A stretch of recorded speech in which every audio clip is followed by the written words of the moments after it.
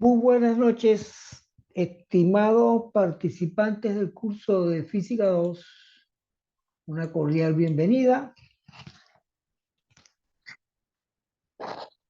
Vamos a dar inicio a esta primera reunión del segundo corte eh, relativo a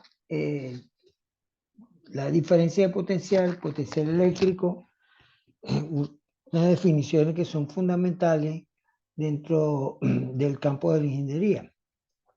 Ya habíamos revisado un poco algunos asuntos electrostáticos que tienen que ver con el campo eléctrico de cargas puntuales, de distribuciones de carga y una de las ecuaciones de Maxwell, que es la ley de Gauss. Hicimos algunas aplicaciones de la ley de Gauss, las más conocidas, las esferas, el cilindro, etcétera, que son las distribuciones de cargas donde uno puede, digamos, directamente aplicar la ley de Gauss sin ningún problema de índole matemático. Entonces vamos a trabajar el concepto de diferencia de potencial que de una u otra manera en la práctica se le indica como potencial, tensión, voltaje. Hay este tipo de términos que se utilizan en el aspecto práctico. Desde el punto de vista físico, nosotros hablamos siempre de una diferencia de potencial. Luego vamos a tratar de justificar estos términos como potencial, tensión o voltaje. Entonces, el asunto, digamos, abstracto es que yo tengo una determinada carga y yo la voy a trasladar de un punto A a un punto B. Ese es el gran problema. Lo voy a trasladar de un punto A a un punto B.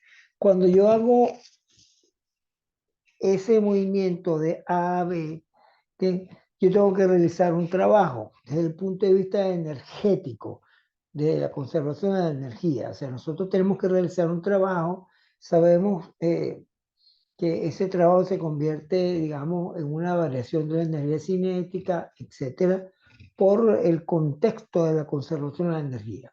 Sin embargo, bueno, nosotros vamos a utilizar nada más el término de trabajo, vamos a realizar trabajo, y el trabajo por definición, ya nosotros lo conocemos de cursos anteriores de física, que sería la fuerza por una distancia, o sea, la fuerza que yo voy a aplicarle a una determinada partícula para que se desplace una cierta distancia. Eso es lo que uno conoce comúnmente como trabajo. Pero dentro de ese contexto existe un trabajo mecánico, existe un trabajo eléctrico, como es el caso que estamos viendo nosotros, un trabajo producto de un campo magnético, es un trabajo magnético, ¿sí? Y así sucesivamente. Yo puedo realizar un trabajo con un resorte, debe ser un trabajo desde el punto de vista de elasticidad, de la elasticidad del alambre o del resorte en estirarse o comprimirse. Entonces, bueno, pero la connotación física es la misma, es decir, el trabajo sería la fuerza por distancia. Entonces aquí observamos que yo tengo mi carga, una carga puntual que ya la tengo trasladada en una determinada trayectoria, eh, y seguramente que ya conozco las líneas de campo eléctrico y las líneas de campo eléctrico, la fuerza tiene la misma dirección de las líneas de campo eléctrico, por eso es que se iguala de esta forma. Y tengo un vector de desplazamiento que es el que va a través de la trayectoria específica, ¿no? Entre el punto A y el punto B. Entonces, ese trabajo se va a traducir como una variación de la energía que tiene la partícula de un punto A a un punto B por unidad de carga. Esa variación de energía se va a traducir también entonces en lo que hemos comentado ahorita, en lo que es un trabajo. ¿eh? El trabajo por unidad de carga. Y ese trabajo por unidad de carga simplemente es la fuerza que está actuando sobre esa carga por un desplazamiento. Entonces, bueno, esta razón que vemos acá que sería la fuerza por unidad de carga de la definición de campo eléctrico, y uno simplifica la noción de esta diferencia de potencial por unidad de carga de esta manera. Integras todos los trayectos, ¿sí? Realmente es lo que uno llama una integral de línea. Uno integra todos estos trayectos del punto A al punto B y tiene, digamos, una definición de lo que es la diferencia de potencial. Fíjense que aquí escribimos un delta B, ¿ve? Un delta B, como ustedes ya están acostumbrados, o sea, un final menos un inicial, como en los cursos de física, o un B2, B1, etcétera, ¿no? Son dos puntos distintos, B sub A y B sub B. Entonces, aquí de nuevo, esta explicación que yo acabo de hacer en este momento lo vamos a traducir aquí en estas ecuaciones, que son ecuaciones que son rigurosamente hablando como un producto escalar de la fuerza por el desplazamiento. Recordemos que este es el trabajo, ¿ve? Y la fuerza simplemente es la carga por el campo eléctrico. Y entonces, bueno, el cambio de energía potencial, como lo hemos comentado ahora, se puede escribir de esta forma. Aquí vamos a escribir ese cambio de energía potencial disminuye en la medida que nosotros nos movemos a través del campo eléctrico. Por eso este signo menos que aparece acá. Y aquí dibujé aquí indiqué una integral de línea que comúnmente se denota con este circulito entre el punto A y el punto B. Entonces uno define, después de todo este cuento, ¿sí? Uno puede definir el potencial eléctrico o la diferencia de potencial como esa energía que nosotros necesitamos para movernos de un punto a otro por unidad de carga. Por ejemplo, en la práctica, un acumulador de un vehículo, o sea, una vulgar batería, ¿eh? Realizan un trabajo que a expensa de energía química. Entonces, fíjense bien ahora aquí el término energía. Nosotros requerimos de energía.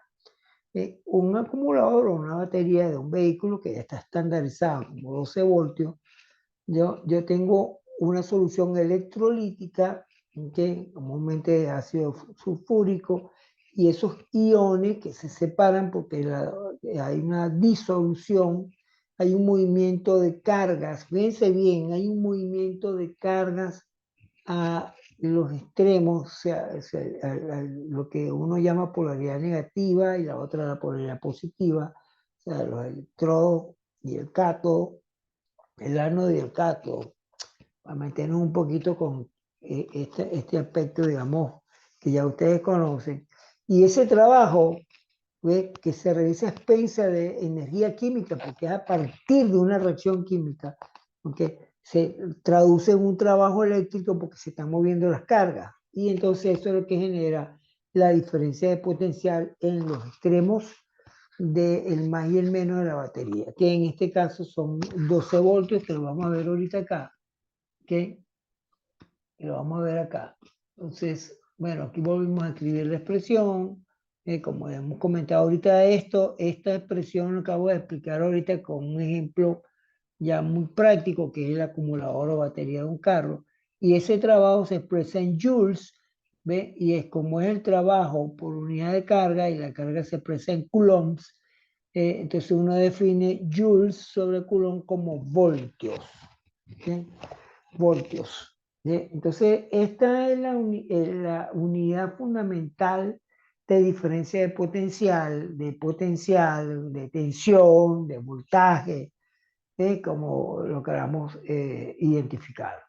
En el Sistema Internacional de Medidas, que es lo que se usa actualmente, el voltio. Bueno, tiene su razón histórica por Alejandro Volta, que fue un precursor, digamos, de algunos fenómenos eléctricos, y entonces, pues, en homenaje a él, pues, se le colocó esta unidad voltio. Bueno, esto es muy importante, después de esta discusión teórica que uno tiene con los fundamentos y comprender lo que es la diferencia de potencial. Fíjense que tenemos siempre dos puntos. Eso es muy importante tenerlo. ¿Okay?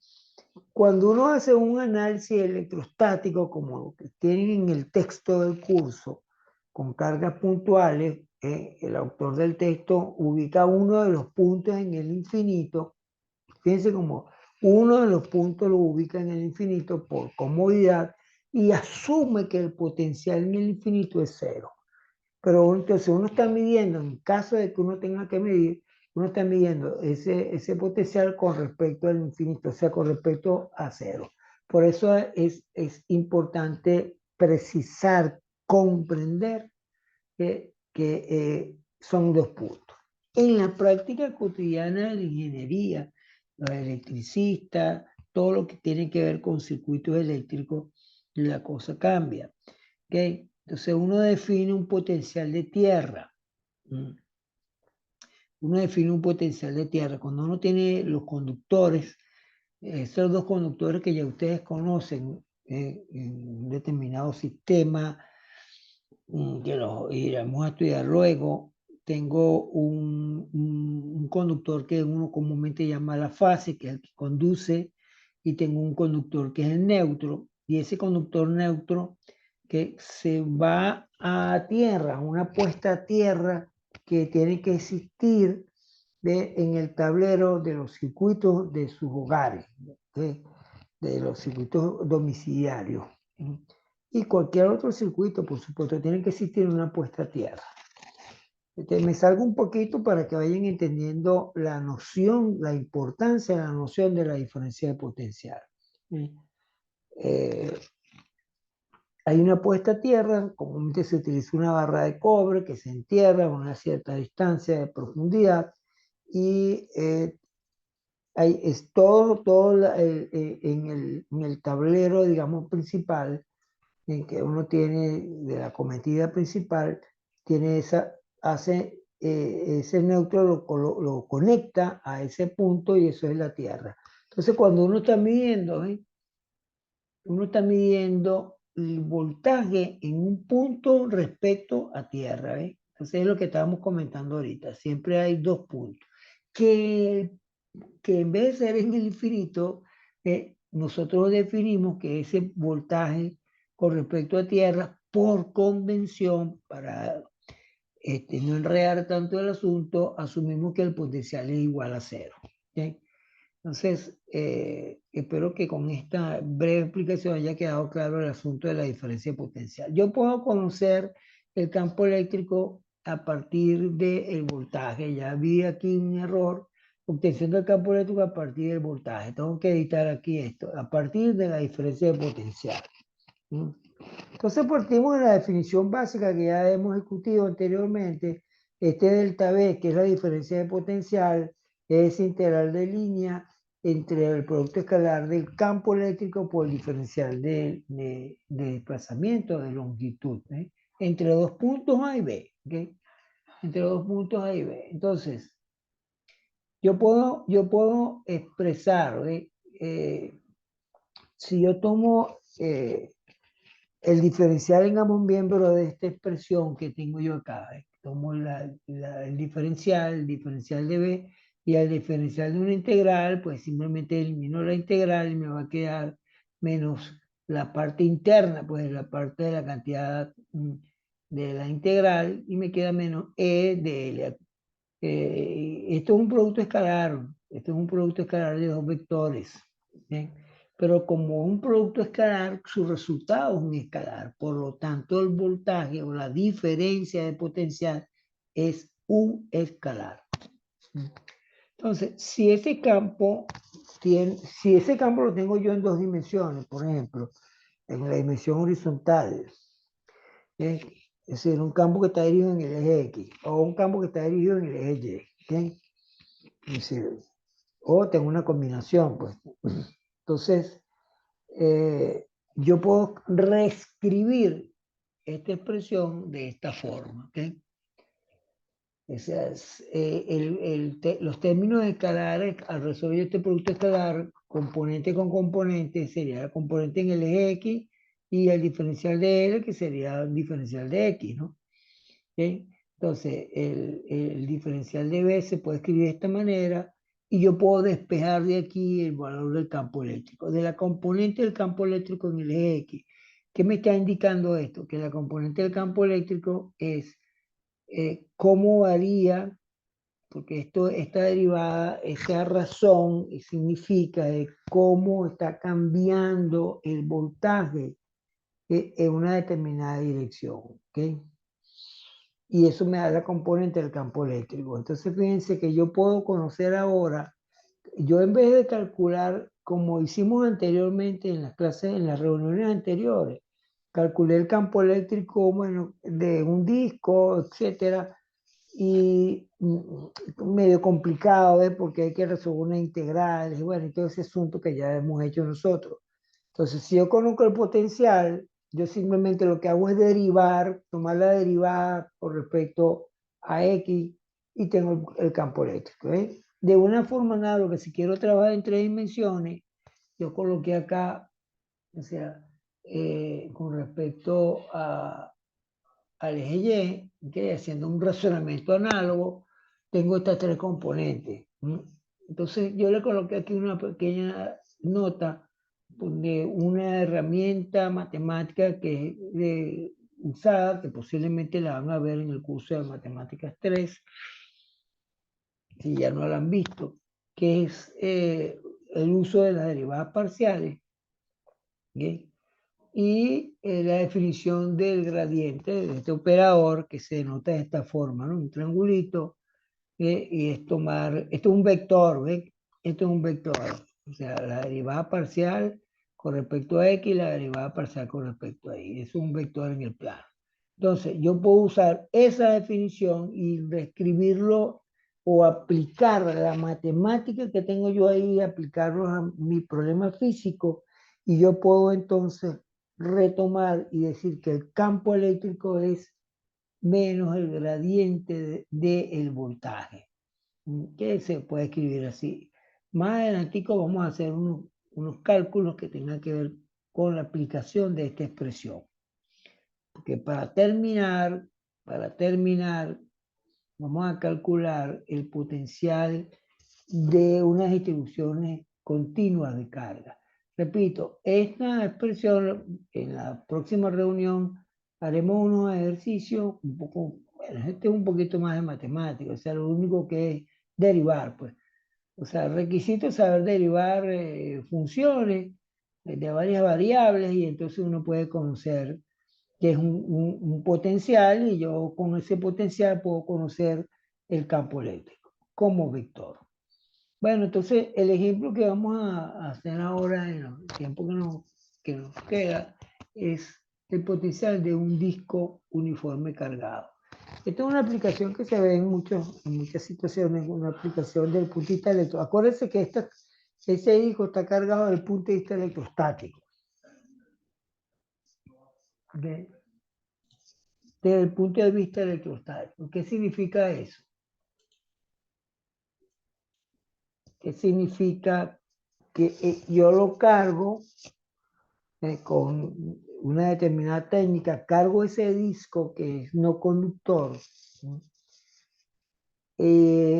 Con una determinada densidad? Como es una superficie, hablamos de densidad de carga superficial. Ya habíamos comentado que yo tengo densidad volumétrica, densidad superficial o de área y densidad lineal. En el caso de los cilindros, nosotros usamos la densidad lineal. Bueno, entonces este disco que está cargado, yo quiero conocer de radio R, yo quiero conocer el potencial eléctrico en el punto P, ¿sí? Que está a una distancia X del mero centro del disco. ¿Okay? Entonces, bueno, vamos a probar esta expresión que está acá, que bueno, aquí no usé, creo que no usé la misma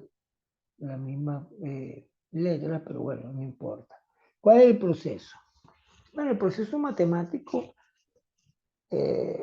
porque estos problemas muy involucrados en el aspecto de la electrotecnia que digan para tener un razonamiento matemático sin resolver expresiones complejas desde el punto de vista de matemática, por supuesto. Entonces, yo lo que hago es lo siguiente.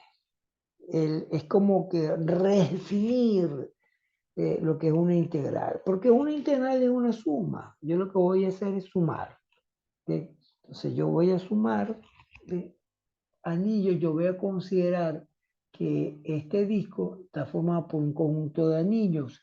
Así, no sé si han visto en una oportunidad el corte de un árbol milenario, etcétera, que los investigadores, justamente de acuerdo, digamos, al número de anillos que tiene ese tronco, pueden deducir la edad del árbol. Bien, pero es un conjunto de anillos concéntricos, ¿eh? Entonces, bueno, eso que uno ve de forma natural, fíjense bien, eso que ve uno de forma natural, ese conjunto concéntrico de anillos, eso lo voy a utilizar yo para resolver este tipo de problemas. Tengo un anillo con cierta densidad superficial, ¿eh? Y yo voy a hacer, como tengo que integrar, es decir, tengo que sumar y voy a dividir mi disco en un elemento diferencial de anillo, ¿ve? Que parte del origen, del mero centro del disco, y voy creando anillos concéntricos hasta llegar a la periferia del disco. ¿Okay? Ese es el razonamiento matemático. Y aquí, bueno, aquí escribimos un poco de qué se trata el asunto. ¿Okay? Recordemos que ustedes tienen que haber leído ya en este transcurso de esta semana el capítulo relacionado con la diferencia de potencial. Y bueno, en el capítulo yo les di unos apartados y ahí hay una lectura desde el punto de vista electrostático de cargas puntuales, ¿no? Y el campo de una carga puntual uno la puede escribir de esta forma, ¿no? Pero claro, ya como no hablamos de carga puntual, hablamos de una distribución determinada de carga, ¿ves? Entonces nosotros tomamos un diferencial de carga, ¿ves?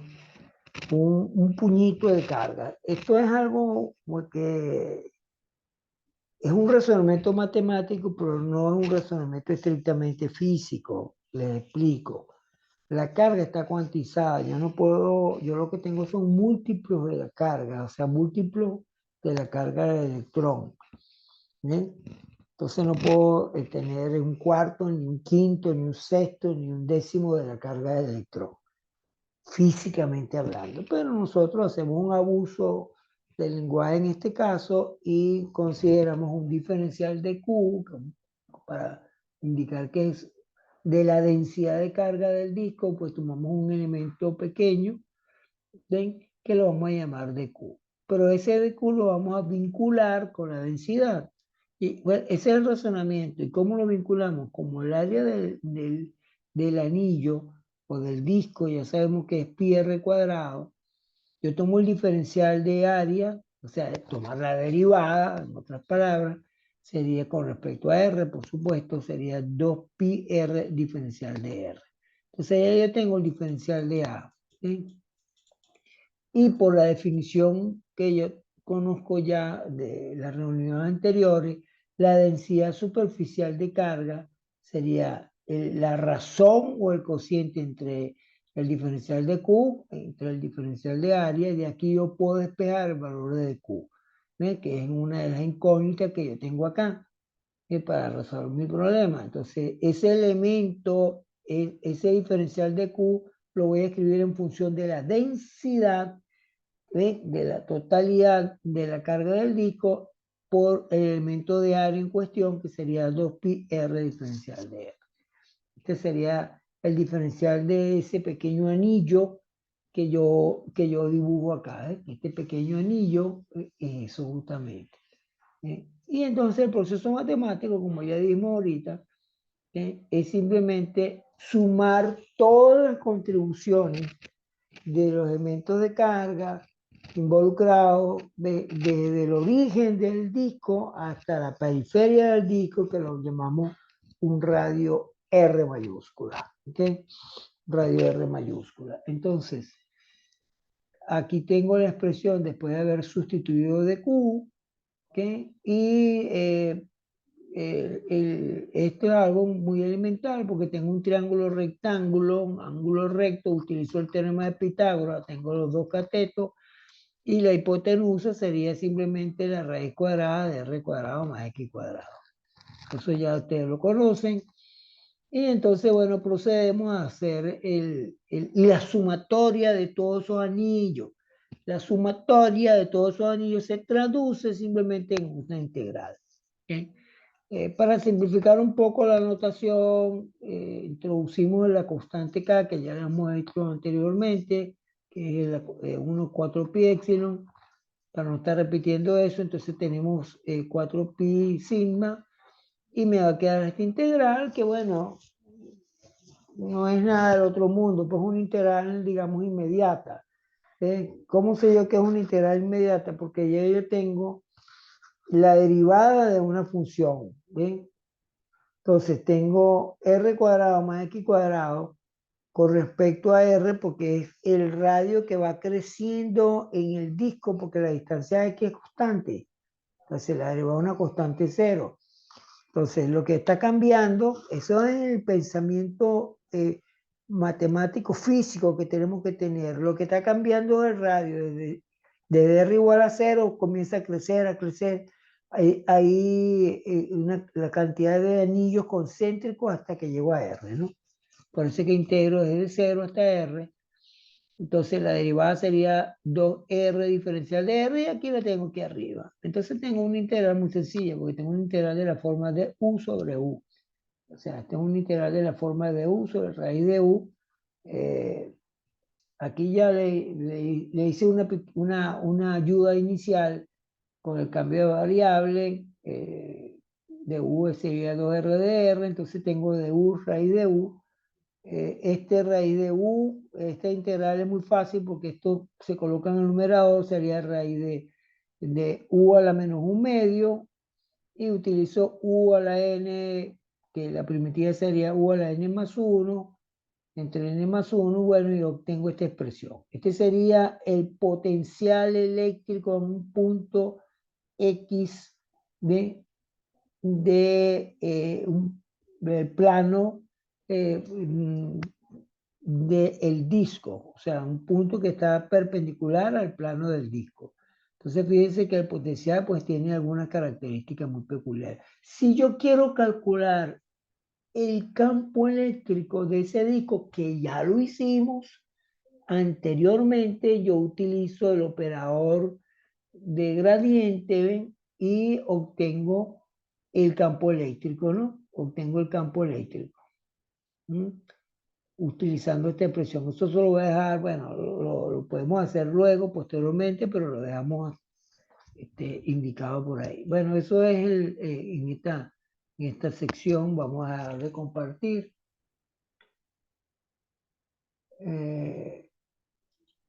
Bueno, hoy lamentablemente, pues, a pesar de yo haber hecho la consulta, no hubo participantes, lo coloqué en la...